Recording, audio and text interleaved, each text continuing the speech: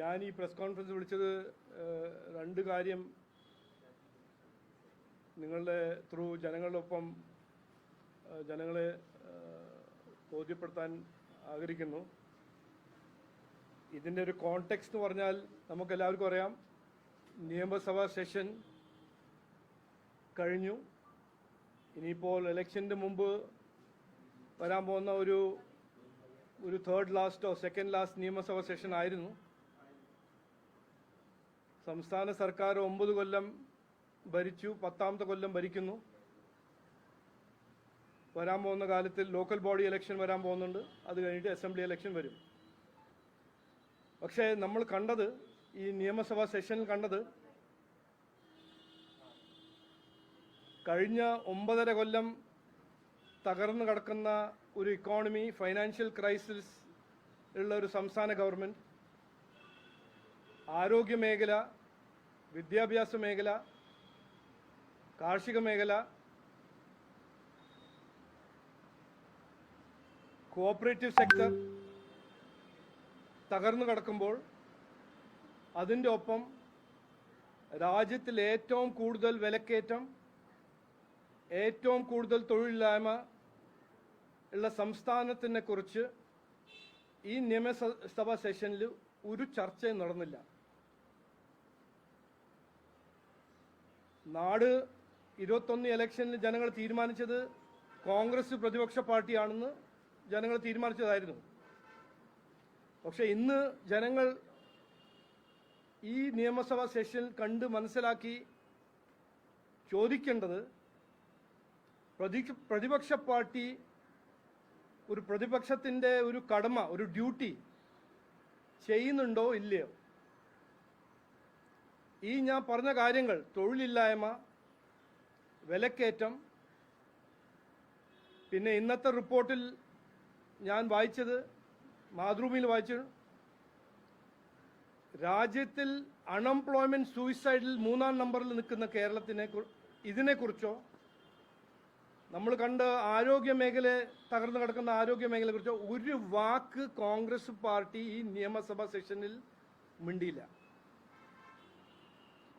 അവര് ഒരു റെസൊല്യൂഷൻ പാസ്സാക്കാൻ നോക്കി ഫൈനാൻഷ്യൽ ക്രൈസിസിനെ കുറിച്ച്. അതും അറ്റൻഡൻസ് ഏറ്റവും കമ്മി, കോൺഗ്രസിൻ്റെ അറ്റൻഡൻസും. അത് ചെയ്ത ഒരു നാടകം, റെസൊല്യൂഷനും പാസ്സാക്കിയില്ല. കോൺഗ്രസ് പാർട്ടീൻ്റെ ലെജിസ്ലേറ്റേഴ്സും അതിൽ 50% ലെജിസ്ലേറ്റേഴ്സ് പങ്കെടുത്തില്ല. അപ്പോൾ ഇനി ഞാൻ പറയാൻ ആഗ്രഹിക്കുന്നത് 2 കാര്യം. ഈ ഫൈനാൻഷ്യൽ ക്രൈസിസ്, കടം വാങ്ങിച്ച് ജീവിക്കുന്ന ഒരു സംസ്ഥാനത്തെ മാറ്റിവെച്ചത് പിണറായി വിജയൻ ബഹുമാനപ്പെട്ട മുഖ്യമന്ത്രി മാത്രമല്ല, ഇത് തുടങ്ങിയത് കോൺഗ്രസ് UDF സർക്കാരിന്റെ സമയത്താണ്. സ്റ്റേറ്റിന്റെ ഡെറ്റ് 5 കൊല്ലം 137% വർദ്ധിച്ച സമയമായിരുന്നു കോൺഗ്രസിന്റെ സർക്കാർ. 78,000 കോടിയായിരുന്നു ഔട്ട്സ്റ്റാൻഡിംഗ് ഡെറ്റ്. അതിനെ മാറ്റിവെച്ചത് 2 ലക്ഷം കോടി. കോൺഗ്രസിന്റെ 5 കൊല്ലം 137% വർദ്ധിച്ച സർക്കാരായിരുന്നു കോൺഗ്രസിന്റെ സർക്കാർ. കഴിഞ്ഞ 10 കൊല്ലം ബഹുമാനപ്പെട്ട മുഖ്യമന്ത്രി പിണറായി വിജയന്റെ സർക്കാർ ആ 2 ലക്ഷം കടം 5.5 ലക്ഷം വരെ എത്തിപ്പിച്ചു. ഇതെല്ലാം ചെയ്തിട്ടും ഈ കാശ് എവിടെ പോയി? അടിസ്ഥാന സൗകര്യങ്ങൾ എന്തെങ്കിലും പുതിയത് ഉണ്ടാക്കിയിട്ടുണ്ടോ? ഇല്ല. ഫാക്ടറിയോ പുതിയ ബിസിനസ് സൃഷ്ടിച്ചിട്ടുണ്ടോ? ഇല്ല. തൊഴിലുണ്ടാക്കിയിട്ടുണ്ടോ? ഇല്ല. വില കുറഞ്ഞിട്ടുണ്ടോ? ഇല്ല. കടം വാങ്ങിച്ച് ജനങ്ങളുടെ തലയിൽ വെക്കുന്ന ഒരു സർക്കാരാണ് പിണറായി വിജയൻജിയുടെ CPM സർക്കാരും അതിനു മുമ്പ് വന്ന UDF സർക്കാരും. അപ്പോൾ ഈ ഫൈനാൻഷ്യൽ ക്രൈസിസ് ജനങ്ങളെ ഭാവിയെ ബാധിക്കാൻ പോകുന്നുണ്ടെന്ന് കൃത്യമായി ഞങ്ങൾ പറയാൻ ആഗ്രഹിക്കുന്നു.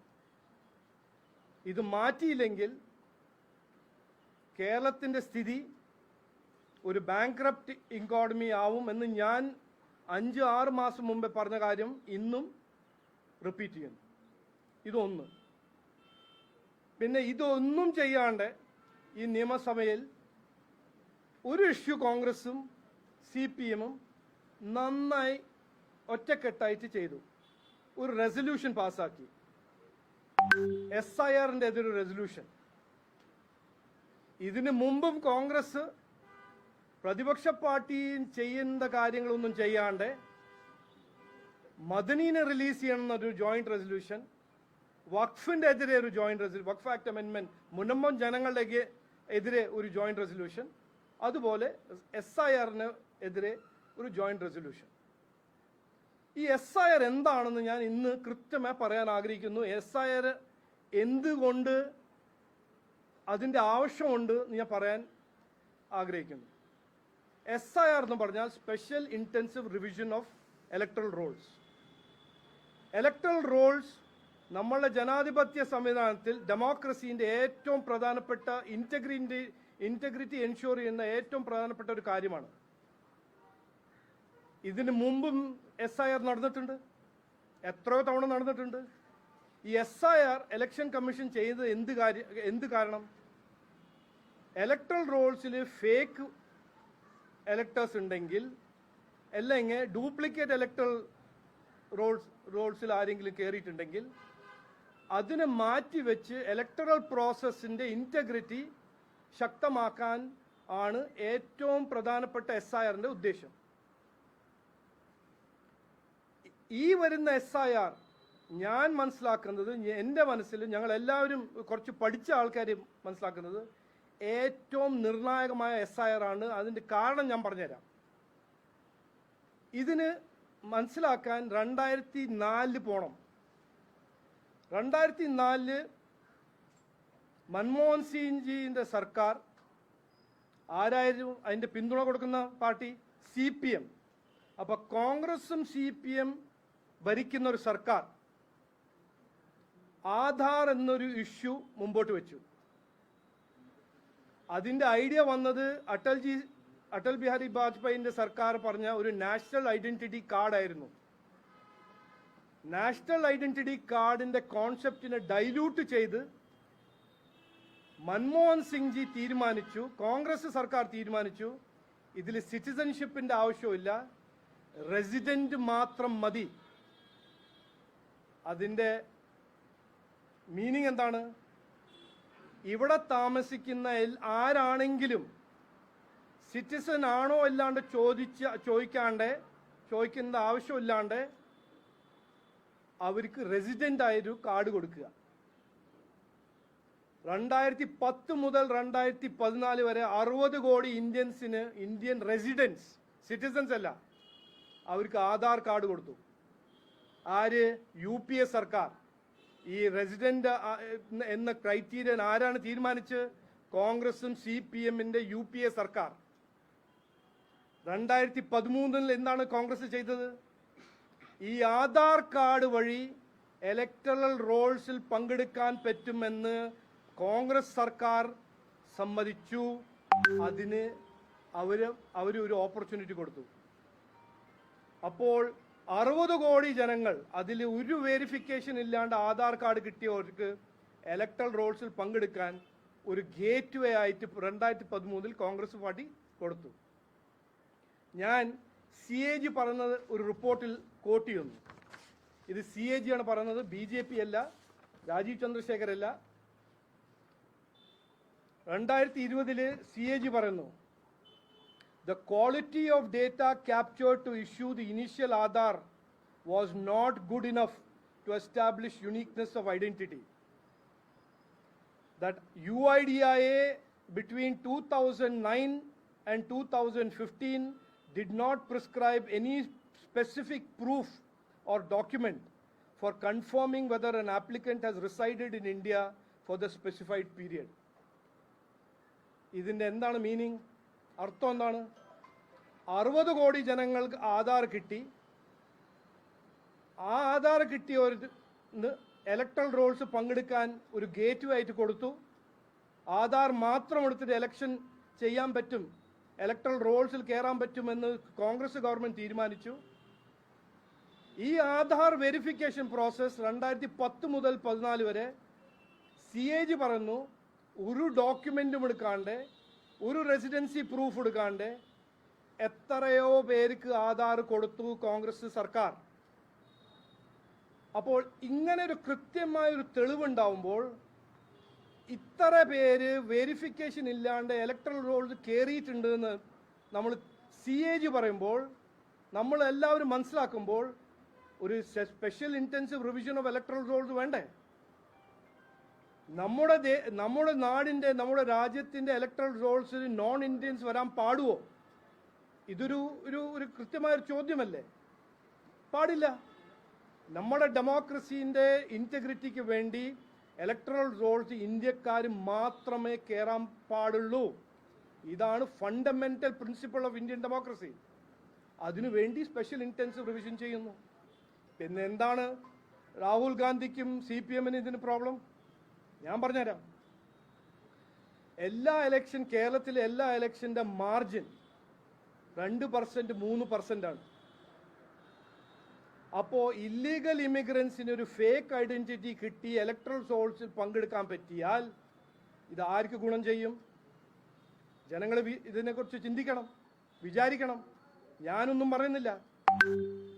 രാഹുൽ ഗാന്ധി ഒരു വശത്ത് പറയുന്നു ഇലക്ട്രൽ റോൾസിൽ ഫ്രോഡ് എലക്ടേഴ്സ് ഉണ്ടെന്ന്. രാഹുൽ ഗാന്ധി പറയുന്നു വോട്ട് ചോരി. മറ്റേ വശത്ത് ഇലക്ഷൻ കമ്മീഷൻ പറഞ്ഞു ഞങ്ങൾ ഇലക്ട്രൽ റോൾസിന്റെ ഇന്റഗ്രിറ്റി ശുദ്ധീകരണം ചെയ്യാൻ ഒരു സ്പെഷ്യൽ ഇന്റൻസീവ് റിവിഷൻ ചെയ്യാൻ ആഗ്രഹിക്കുന്നു പറയുമ്പോൾ വോട്ട് ചോരി എന്ന് പറയുന്നു. ഈ ഇരട്ടത്താപ്പ് നടക്കില്ല. ജനങ്ങൾ മനസ്സിലാക്കണം. ഇലക്ഷൻ കമ്മീഷൻ ഒരു ഇൻഡിപെൻഡന്റ് കോൺസ്റ്റിറ്റ്യൂഷണൽ ബോഡിയാണ്. അവരുടെ ഒരു കടമയാണ്, കോൺസ്റ്റിറ്റ്യൂഷണൽ ഡ്യൂട്ടിയാണ് ഇന്റഗ്രിറ്റി ഓഫ് ഇലക്ഷൻ ചെയ്യാൻ. ഇത് ചെയ്യേണ്ട ഒരു നിർണായകമായ ഒരു വഴിയാണ് special intensive revision of electoral rolls. ഇതിന്റെ കാരണം ഞാൻ പറഞ്ഞു തന്നു. 60 കോടി ആധാറിൽ അതിൽ 10% ഫേക്ക് ആണെങ്കിൽ 6 കോടി ജനങ്ങൾ ഫേക്ക് ID കൊണ്ട് ആധാർ കിട്ടി, ഫേക്ക് ആധാർ കൊണ്ട് ഇലക്ട്രൽ റോൾ കയറാൻ അതൊരു പോസിബിലിറ്റി ആയിട്ട് നമ്മൾ കാണണം. അപ്പോൾ സ്പെഷ്യൽ ഇന്റൻസീവ് റോൾസിനെതിരെ ഈ റെസൊല്യൂഷൻ എന്ന് പറഞ്ഞാൽ ജനങ്ങളുടെ ശ്രദ്ധ തിരിക്കാനും ജനങ്ങളെ വിഡ്ഢിയാക്കാനും ഒരു ഫോൾസ് നെറേറ്റീവ് സൃഷ്ടിക്കാൻ കോൺഗ്രസും CPM ശ്രമിക്കുന്ന ഒരു തന്ത്രം. അത് നടക്കില്ല.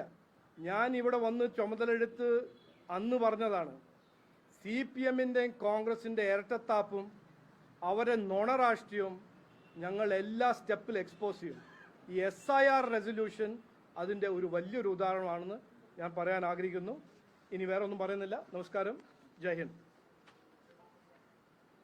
സാറേ, കേരളത്തിലെ 2-3 പ്രധാനപ്പെട്ട ഒന്ന്, ഒരു താങ്കളുടെ പാർട്ടിയിൽപ്പെട്ട വക്താവ് തന്നെ രാഹുൽ ഗാന്ധിക്കെതിരെ വധഭീഷണി. ഇതിനെക്കുറിച്ച് ആദ്യം ചോദിക്കുക, അത് കഴിഞ്ഞിട്ട് മറ്റേ ഇഷ്യൂസ് ഞാൻ എടുക്കാൻ തയ്യാറാണ്. പിന്നെ SIR ചോദിക്കുക. അപ്പം SIR വിളിച്ച ഓൾ പാർട്ടി മീറ്റിംഗിൽ താങ്കൾ BJP ഈ നിലപാട് വ്യക്തമാക്കിയിരുന്നു. 100%. ഞങ്ങൾ അഡ്വക്കേറ്റ് ഗോപാലകൃഷ്ണൻജി, ഞങ്ങളുടെ വൈസ് പ്രസിഡന്റ്, അവിടെ പങ്കെടുത്തു. ഇതേ പോയിന്റ് അവിടെ അവതരിപ്പിച്ചു. ഞങ്ങൾ പറഞ്ഞു SIR കേരളത്തിൽ നടക്കണം. കേരളത്തിൻ്റെ ജനങ്ങളുടെ ഒരു അവകാശമാണ്. കേരളത്തിൻ്റെ ഇലക്ട്രൽ റോൾസിൽ നോൺ ഇന്ത്യൻ ഉണ്ടാവാൻ പാടില്ല. അത് ഡെമോക്രസിയിൽ വിശ്വസിക്കുന്ന ആരാണെങ്കിലും അവർ ക്ലിയർ ആയിട്ട് ഇത് ചോദിക്കും. അവരുടെ അവകാശമാണെന്ന് ഞാൻ പറയാൻ ആഗ്രഹിക്കുന്നു. കേരളത്തിൽ എത്ര ഇതുപോലെയുള്ള വ്യാജ ആധാർ കാർഡ് വോട്ടർമാരുണ്ടെന്നാണ് അത് ചെയ്യാനല്ലേ SIR ചെയ്യേണ്ടത്? അതുവഴിയല്ലേ നമ്മൾ തീരുമാനിക്കുന്നത്. നമ്മൾ അപ്രോക്സിമേറ്റ് ചെയ്യേണ്ട ആവശ്യമില്ലല്ലോ.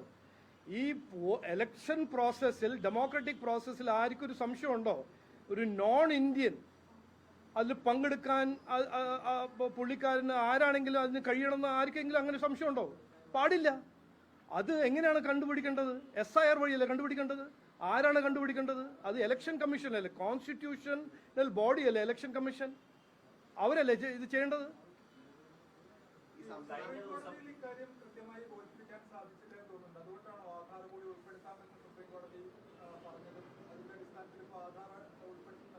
അല്ലല്ല, ഞാൻ ഇത് പറഞ്ഞല്ലേ, ഞാൻ പറഞ്ഞ 100% ആധാർ ഫേക്ക് ആണെന്ന് ഞാൻ പറഞ്ഞല്ലോ. ഈ സ്പെഷ്യൽ SIR-ൽ റിവിഷൻ ഓഫ് ഇലക്ട്രൽ റോൾസിൽ ആധാർ ഒരു one of the many identities ആണെന്ന് സുപ്രീം കോടതി പറയുന്നത്.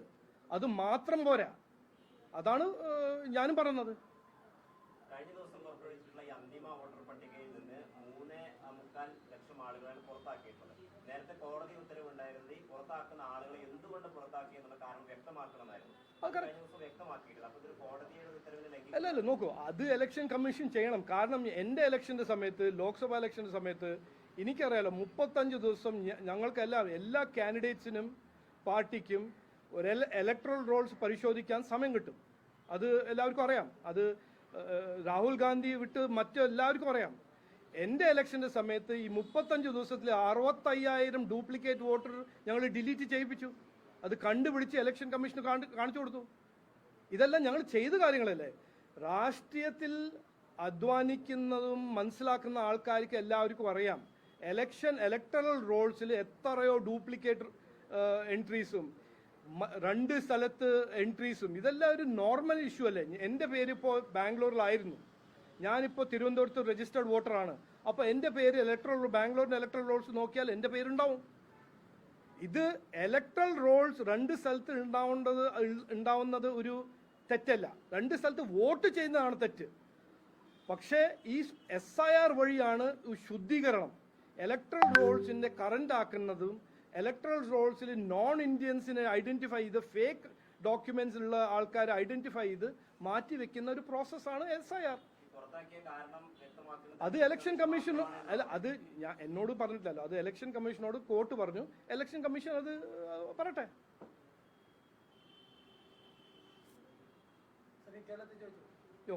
ഇത് കഴിഞ്ഞോ? ഫൈനാൻഷ്യൽ ക്രൈസിസിനെ കുറിച്ച് ആർക്കൊന്നും പറയണ്ടേ? ആവശ്യമില്ലല്ലേ? അത് വലിയ ഇമ്പോർട്ടൻറ്റ് ഇഷ്യൂ അല്ല എന്നാണ് നിങ്ങൾ കാണുന്നത്. ഓക്കെ, മറ്റേ ചോദിച്ചോളൂ.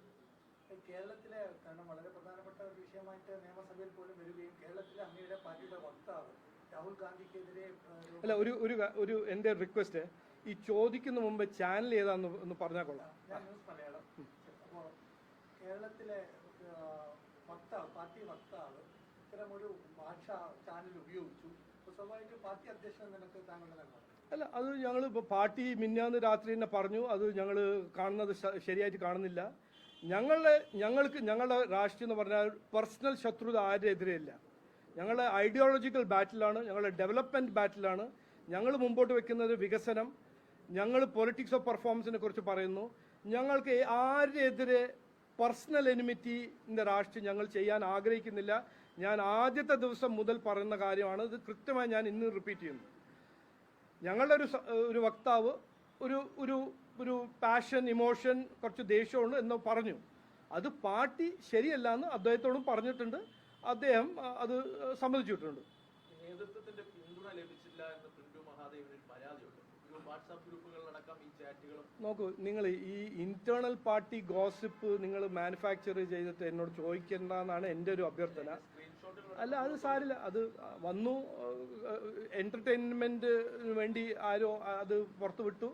എന്റർടൈൻമെന്റ് ചെയ്യുന്നവരെല്ലാം എന്റർടൈൻമെന്റ് ആയി. ഞങ്ങൾ ചെയ്യുന്ന കാര്യങ്ങളെല്ലാം ഞങ്ങൾ ചെയ്തു.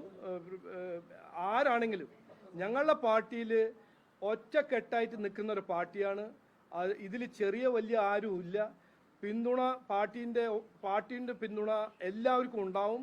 കൈവിടുന്ന പാർട്ടി അല്ല BJP എന്ന് ഞാൻ പറയാൻ ആഗ്രഹിക്കുന്നു, കൃത്യമായി പറയാൻ ആഗ്രഹിക്കുന്നു. അത് സാരില്ല, അത് നമ്മളെല്ലാം എന്തോ അത് എന്നോട് ആരും അങ്ങനെയൊന്നും പറഞ്ഞിട്ടില്ല. നിങ്ങൾ വന്നെങ്കിൽ പറഞ്ഞിട്ടുണ്ടെങ്കിൽ നിങ്ങൾ റിപ്പോർട്ട് ചെയ്തോളൂ. ഇസ്രയേൽ ഉൽപ്പന്നങ്ങൾ ബഹിഷ്കരിക്കാൻ വേണ്ടി ജമാഅത്ത് ഇസ്ലാമി തീരുമാനിച്ചു. സംസ്ഥാനത്ത് അത്ര ഒരു സ്പർദ്ധ വളർത്തുന്ന രീതിയിലുള്ള ഒരു തീരുമാനമല്ല. അല്ല, ഞാൻ ജമാഅത്തിനെ കുറിച്ച് ഞാൻ ആദ്യം പറഞ്ഞിട്ടുണ്ട്. നിലമ്പൂർ ഇലക്ഷൻ്റെ സമയത്ത് പറഞ്ഞിട്ടുണ്ട്. ജമാഅത്ത് എന്ന് പറഞ്ഞാൽ ജമാഅത്തിൻ്റെ കാഴ്ചപ്പാടും ജമാഅത്തിൻ്റെ ഒരു വിഷൻ സെക്യുലറിസമിൽ വിശ്വസിക്കുന്നില്ല, ഡൈവേഴ്സിറ്റിയിൽ വിശ്വസിക്കില്ല, ഡെമോക്രസിയിൽ വിശ്വസിക്കുന്ന ഒരു സെറ്റപ്പാണ് ജമാഅത്ത്. ഈ നാടിൽ, ഈ രാജ്യത്തിൽ ജമാഅത്തിന് ഒരു സ്ഥലമില്ല, ഒരു പ്ലേസ് ഇല്ല എന്നാണ് ഞാൻ അന്നും പറഞ്ഞു, ഇന്നും പറയുന്നത്. ഈ ജമാഅത്തിന് പൊളിറ്റിക്കൽ സ്പേസ് കൊടുക്കുന്നത് ആരാണെന്ന് നിങ്ങൾക്ക് എല്ലാവർക്കും അറിയാം. കൊടുക്കുന്നത് അവർക്ക് പിന്തുണ കൊടുക്കുന്നതും അവർക്ക് ലെജിറ്റിമസി കൊടുക്കുന്നതും അവരുടെ കാഴ്ചപ്പാടിന് ലെജിറ്റിമസി കൊടുക്കുന്നത് ഈ നാട്ടിൽ ഒറ്റ പാർട്ടിയാണ് ഇന്ത്യൻ നാഷണൽ കോൺഗ്രസ്, രാഹുൽ ഗാന്ധിയുടെ കോൺഗ്രസ്. അവരുടെ അവസരവാദ രാഷ്ട്രീയം, അവരുടെ ഡെസ്പറേറ്റ് പോളിറ്റിക്സ് ആണ് ഈ ജമാഅത്ത് പോലെ നോൺ കോൺസിക്വൻഷ്യൽ, നമ്മുടെ ഡെമോക്രസി, നമ്മുടെ കോൺസ്റ്റിറ്റ്യൂഷന് എതിരെ പ്രവർത്തിക്കുന്ന ഓർഗനൈസേഷന് ലെജിറ്റിമസി കൊടുക്കുന്നത്. ജമാഅത്ത് എന്ത് വിശ്വസിച്ചാലും ഇവിടെ അത് നടക്കില്ല. ഇസ്രായേലാണോ ഏത്, ഈ നാട്ടില് freedom of expression, freedom to conduct business, freedom to practise religion constitutional guaranteed fundamental rights ആണ്. അത് ജമാഅത്തും കോൺഗ്രസും അവര് എന്ത് വിചാരിച്ചാലും അത് ചേഞ്ച് ചെയ്യാൻ പോകുന്നില്ല.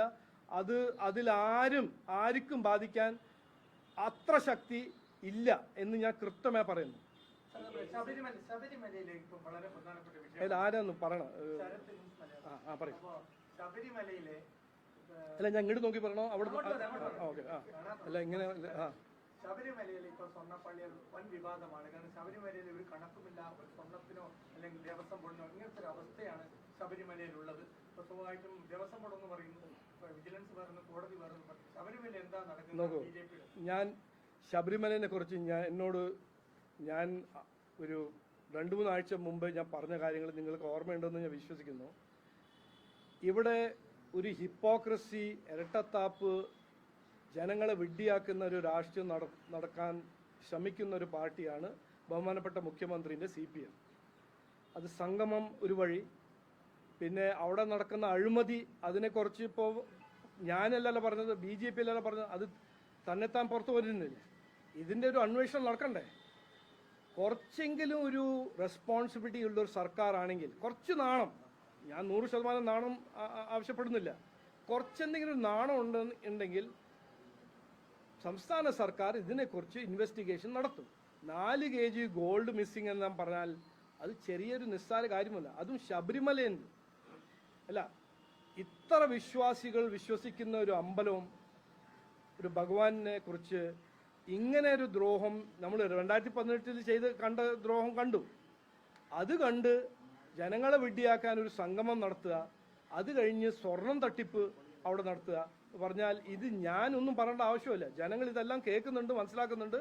2026 ഇലക്ഷൻ ജനങ്ങളും ഇതിനെക്കുറിച്ച് കൃത്യമായ ഒരു മെസ്സേജ് ബഹുമാനപ്പെട്ട മുഖ്യമന്ത്രിന്റെ പാർട്ടിക്ക് കൊടുക്കും. ഈ NSS അടുത്ത കാലത്ത് CPM അനുകൂല നിലപാട് സ്വീകരിച്ചു, അതിനെ BJP എങ്ങനെയാണ് കാണുന്നത്? ഞങ്ങൾ അങ്ങനെയൊന്നും കാണുന്നില്ലല്ലോ. നോക്കൂ, ഈ നാട്ടിലെ എല്ലാവർക്കും ഒരു അവകാശമുണ്ട്. പൊളിറ്റിക്കൽ സപ്പോർട്ട് കൊടുക്കാനും നേടാനും തേടാനും എല്ലാവർക്കും അവകാശമുണ്ട്. അദ്ദേഹം പറഞ്ഞു, അദ്ദേഹത്തിന് എനിക്ക് പേഴ്സണലായിട്ട് നല്ല ബഹുമാനമുണ്ട്. സുകുമാരൻ നായർജീനെ ഞാൻ നന്നായിട്ട് അറിയും, ബഹുമാനിക്കുന്ന ഒരു വ്യക്തിയാണ്. അദ്ദേഹം പറഞ്ഞു എന്ത് കോണ്ടെക്സ്റ്റിൽ പറഞ്ഞു, അദ്ദേഹത്തിനോട് നിങ്ങൾ ചോദിക്കൂ. പക്ഷെ എനിക്ക് അതിനെക്കുറിച്ച് ഒരു സങ്കടവുമില്ല, ഒരു പ്രോബ്ലവുമില്ല, ഒരു സംശയവുമില്ല. ഈ എയിംസുമായി ബന്ധപ്പെട്ട് തൃശ്ശൂരാണോ ആലപ്പുഴയാണോ എന്നുള്ള സുരേഷ് ഗോപിയുടെ ഒരു അഭിപ്രായ വ്യത്യാസം വരുന്നത്. അതേസമയം PT ഉഷ പറയുന്നത് കോഴിക്കോട് വേണമെന്ന്. അപ്പോൾ BJPയുടെ അല്ല, നോക്കൂ, ഞങ്ങളുടെ പാർട്ടിയിൽ ഞാൻ ആഗ്രഹിക്കുന്നത് തിരുവനന്തപുരത്ത് വരണം, സുരേഷ് ഗോപി ആഗ്രഹിക്കുന്നത് അത് ഒരു നോർമൽ ഇഷ്യൂ അല്ലേ. സുരേഷ് ഗോപി ആഗ്രഹിക്കുന്നത് തൃശ്ശൂർ വേണം, PT ഉഷാജി ആഗ്രഹിക്കുന്നത് കോട്ടയം വേണം. ഞങ്ങളെല്ലാവരും ആഗ്രഹിക്കുന്നത് എന്താണ്? കേരളത്തിലൊരു എയിംസ് പെട്ടെന്ന് വരണം. അത് നഡ്ഡാജി കോട്ടയത്ത് വന്നപ്പോൾ, കൊല്ലത്തിൽ വന്നപ്പോൾ പറഞ്ഞല്ലോ, കേരളത്തിൽ എയിംസ് വേഗം വരും, ശരി സമയത്ത് വരും, ശരി നല്ല സ്ഥലത്ത് പോകും എന്ന് പറഞ്ഞു. സംസ്ഥാന സർക്കാരുമായി ഒരു കൂടിയല്ല, സംസ്ഥാന സർക്കാർ കോഴിക്കോടാണ് പ്രിഫർ ചെയ്യുന്നത്. അപ്പോൾ അതിൽ നിന്ന് കേരളത്തിൽ നിന്ന് ഒരു മന്ത്രി മാറ്റി പറയുമ്പോൾ അതൊരു തർക്കത്തിന് കാരണമാകും. അല്ല, തർക്കത്തിൽ അപ്പോൾ ഇതിലിപ്പോ സംശയമുണ്ടോ? സംസ്ഥാന സർക്കാരിന്റെ കാഴ്ചപ്പാടും ഗവൺമെന്റ് ഓഫ് ഇന്ത്യന്റെ കാഴ്ചപ്പാടിൽ എത്രയോ വ്യത്യാസമുണ്ടോ? അതിൽ സംശയം ആർക്കും ഇല്ലല്ലോ. എന്തുകൊണ്ടാണ് BJPക്ക് ഈ വിഷയത്തിൽ ഒരു സമവായം ഉണ്ടായി? എല്ലാ നേതാക്കൾക്കും ഒരു സ്ഥലത്ത് എയിംസ് വേണമെന്ന് പറയാൻ കഴിയാത്തത്? അല്ല, അങ്ങനെ എന്തിനാ ഞങ്ങൾ പറയുന്നത്? എനിക്കിപ്പോൾ തിരുവനന്തപുരത്ത് പറയാൻ എൻ്റെ ഒരു അവകാശമല്ലേ. എനിക്ക് തിരുവനന്തപുരത്ത് വരണം, എൻ്റെ ഒരു ആഗ്രഹമല്ലേ. എൻ്റെ ഒരു ആഗ്രഹമാണ് തിരുവനന്തപുരത്ത് വരണം, നെയ്യാറ്റിൻകരയിൽ വരണം. എനിക്ക് അത് പറയാൻ എൻ്റെ ഒരു അവകാശമാണ്. ഞാൻ അവിടെ മത്സരിച്ച് അവിടെ 3.5 ലക്ഷം ജനങ്ങൾ എന്നെ സപ്പോർട്ട് ചെയ്ത ഒരു സ്ഥലത്ത് എനിക്ക് എയിംസ് കൊണ്ടുവരാൻ ആഗ്രഹമുണ്ട്. അത് ഞാൻ പറയും. അതിലെന്താ തെറ്റ്? ഒരു പ്രശ്നവുമില്ല. നിങ്ങൾ വെറുതെ പ്രശ്നം ഉണ്ടാക്കണ്ട. ഞാൻ ഒരു പ്രശ്നവും കാണുന്നില്ല. നോക്ക്, കറക്റ്റ് സമയത്ത് ആരാണ് തീരുമാനിക്കേണ്ടത്? പ്രധാനമന്ത്രിജിയാണ്, നഡ്ഡാജിയാണ്, ഹെൽത്ത് മിനിസ്റ്ററാണ്, സംസ്ഥാന സർക്കാരാണ്. അവർ 3 പേരും ഇരുന്ന് തീരുമാനിക്കും. അത് തീരുമാനിച്ചത് കേരളത്തിലല്ല. എനിക്ക് ഒരു തിരുവനന്തപുരത്ത് വന്നാലും തൃശ്ശൂരിൽ വന്നാലും കോട്ടയത്ത് വന്നാലും കേരളത്തിൽ വന്നാൽ എനിക്ക് സന്തോഷം. കേന്ദ്രമന്ത്രി സുരേഷ് ഗോപി വാശി പിടിക്കുകയാണ്. ഒരു വാശിയും പിടിക്കുന്നില്ല. അത് നിങ്ങൾ വിശ്വസിക്കുക. ഞാൻ സുരേഷിനെ കുറിച്ച്, സുരേഷ് ജി പറയുന്നത് ഞാൻ വാശിയായിട്ട് കാണുന്നില്ല. സുരേഷ് ജി അവിടുത്തെ എലക്റ്റഡ് MP ആണ്. അപ്പോൾ അദ്ദേഹത്തിന്റെ ആദ്യത്തെ പ്രയോറിറ്റി തൃശ്ശൂരിൽ കൊണ്ടുവരണമെന്നാണ് അദ്ദേഹത്തിന്റെ ആഗ്രഹം. അല്ല, അത് ഓക്കെ പറഞ്ഞു. പിന്നെ തൃശ്ശൂർ പറഞ്ഞു, ആലപ്പുഴയും പറഞ്ഞു. എന്താണ് അതിൽ എന്താ ഇഷ്യൂ? അല്ല, എന്താണ് അതിൽ പ്രോബ്ലം? എന്താണ് എനിക്ക് മനസ്സിലാവുന്നില്ല. ആലപ്പുഴയിൽ വന്നില്ലെങ്കിൽ എവിടെ സ്ഥാപിക്കണമെന്ന് പറയാൻ തനിക്ക് അവകാശമുണ്ടെന്നാണ് സുരേഷ് ഗോപി പറയുന്നത്. പറയട്ടെ, അത് എനിക്കും അവകാശമുണ്ട്. ഫ്രീഡം ഓഫ് സ്പീച്ച് നിങ്ങൾക്ക് മാത്രമാണോ? എനിക്കും ഞങ്ങൾക്കും ഇല്ലേ ഫ്രീഡം ഓഫ് സ്പീച്ച്? പാർട്ടി അഭിപ്രായം അടുത്ത ദിവസം വി മുരളീധരൻ പറയുകയും ചെയ്തു. വ്യക്തിപരമായ അഭിപ്രായം മാത്രമാണ് പറഞ്ഞത്, പാർട്ടിക്ക് അങ്ങനെ അഭിപ്രായം ഇല്ലെന്ന് വി മുരളീധരൻ പറഞ്ഞു. ഇത് ഞാൻ പറഞ്ഞാൽ ഇത് വ്യക്തിപര അഭിപ്രായമല്ല. എയിംസിനെ കുറിച്ച് ഞാൻ എന്താണ് പറയേണ്ടത്? എനിക്ക് ആഗ്രഹമുണ്ട്, നെയ്യാറ്റിൻകര വന്നാൽ എനിക്ക് ഇഷ്ടമാവും, എനിക്ക് വളരെ സന്തോഷമാവും ഞാൻ പറയാൻ. അത് എൻ്റെ വ്യക്തിപരമായ ഒപ്പീനിയൻ അല്ല. അത് തീരുമാനിക്കേണ്ടത് ഹെൽത്ത് മിനിസ്റ്ററും പ്രൈം മിനിസ്റ്ററും ചീഫ് മിനിസ്റ്ററും അല്ല. ബിജെപിയിലെ തർക്കം ഈ പദ്ധതി ഇല്ലാതാക്കുമ്പോൾ എന്നൊരു സംശയം. അല്ല, ഞാനൊരു കാര്യം കൃത്യമായി പറയാൻ ആഗ്രഹിക്കുന്നു. BJPയിൽ ഒരു തർക്കമില്ല. നിങ്ങളിങ്ങനെ മാനുഫാക്ചർ ചെയ്ത് എന്റർടൈൻ ചെയ്യാൻ നോക്കിയാൽ ഞങ്ങളുടെ പാർട്ടിയിൽ എല്ലാവർക്കും അഭിപ്രായം പറയാനും മുമ്പോട്ട് വയ്ക്കാൻ കംപ്ലീറ്റ് 100% ഫ്രീഡം ഉണ്ട്, അനുവാദമുണ്ട്. അതിൽ നിങ്ങൾ അങ്ങനെ തർക്കമായിട്ട് കാണുന്നു. ഞാൻ കാണുന്നത് കൺസ്ട്രക്റ്റീവ് ഡെമോക്രസി ആയിട്ട് ഞാൻ കാണുന്നത്. സംസ്ഥാന പോലീസിൽ നിന്ന് രേഖകൾ നിരന്തരം ചോർന്നു പോകുന്നു. പ്രത്യേകിച്ച് തീവ്ര ഇസ്ലാമിക സംഘടനകളുമായി ബന്ധപ്പെട്ട രേഖകൾ നിരന്തരം പോലീസിൽ നിന്ന് ചോരുകയാണ്. നോക്കൂ, പോലീസിനെ കുറിച്ച് ഞാൻ പാർട്ടി കൃത്യമായി പറഞ്ഞിട്ടുണ്ട്, ഞങ്ങളുടെ കാഴ്ചപ്പാട് പറഞ്ഞിട്ടുണ്ട്. പോലീസിൽ കുറച്ച് ക്രിമിനൽ എലിമെന്റ് കയറിയിട്ടുണ്ട്. അത് പോളിറ്റിക്സിൽ ക്രിമിനൽ എലിമെന്റ് കയറിയാൽ പിന്നെ പോലീസിലും ക്രിമിനൽ എലിമെന്റ് കയറും. അത് പാർട്ടി കൃത്യമായി പറഞ്ഞിട്ടുണ്ട്. പക്ഷേ പോലീസിനെ ഞങ്ങൾ ഡീമനൈസ് ചെയ്യാൻ ആഗ്രഹിക്കുന്നില്ല. പോലീസിന്റെ റിഫോംസും പോലീസിനെ മോഡേണൈസ് ചെയ്യാൻ ഞങ്ങൾക്കൊരു കാഴ്ചപ്പാടുണ്ട്. ഞങ്ങൾക്ക് അങ്ങനെ ഒരു അവസരം ജനങ്ങൾ തന്നാൽ അത് ചെയ്യും എന്ന് ഞങ്ങൾ മുമ്പോട്ട് കൃത്യമായി പറഞ്ഞിട്ടുണ്ട്. ഓക്കെ. അങ്ങ് ഈ നിയമസഭാ തെരഞ്ഞെടുപ്പുമായി ബന്ധപ്പെട്ട കോഴിക്കോട് ഒരു PR ഏജൻസിയെ സമീപിച്ചതായും അതിൽ പാർട്ടിക്കുള്ളിൽ, അതായത് പേഴ്സണൽ ആവശ്യത്തിനായിട്ടുള്ള PR വർക്കിന് BJPയുടെ സംസ്ഥാന ഫണ്ട് ഉപയോഗിക്കുന്നു എന്ന രീതിയിൽ ഒരു എതിർപ്പ് ഉയർന്നതായിട്ടുള്ള വിവരം. നിങ്ങളിങ്ങനെ ഓരോന്ന് ക്ലിക്ക് ബേറ്റും പ്രൊവോക്കേറ്റീവ് സ്റ്റേറ്റ്മെന്റ് ഇറക്കിയാലും ഈ പാർട്ടി ഒറ്റക്കെട്ടായിട്ട് ഈ ഇലക്ഷനിൽ പോവും. ഇങ്ങനെ ഒരു തർക്കവും ഇല്ല. നിങ്ങൾക്ക് വേണമെങ്കിൽ എഴുതിക്കോളൂ. അല്ല, നിങ്ങൾക്ക് അങ്ങനെ ക്ലിക്ക് ബേറ്റും വ്യൂസും ഷെയർസും കിട്ടാൻ ഒരു മാർഗമാണെങ്കിൽ നിങ്ങൾക്ക് 100% അതിൻ്റെ അവകാശമുണ്ട്. Please go head and do it. ഈ പാർട്ടീൻ്റെ ശക്തം, പാർട്ടീൻ്റെ ഒറ്റക്കെട്ടായിട്ട് ഒരു ഞങ്ങളുടെ രീതിയും ഇതെല്ലാം ഈ വരുന്ന ഇലക്ഷനിൽ നിങ്ങൾക്ക് തെളിവ് കിട്ടും എന്ന് ഞാൻ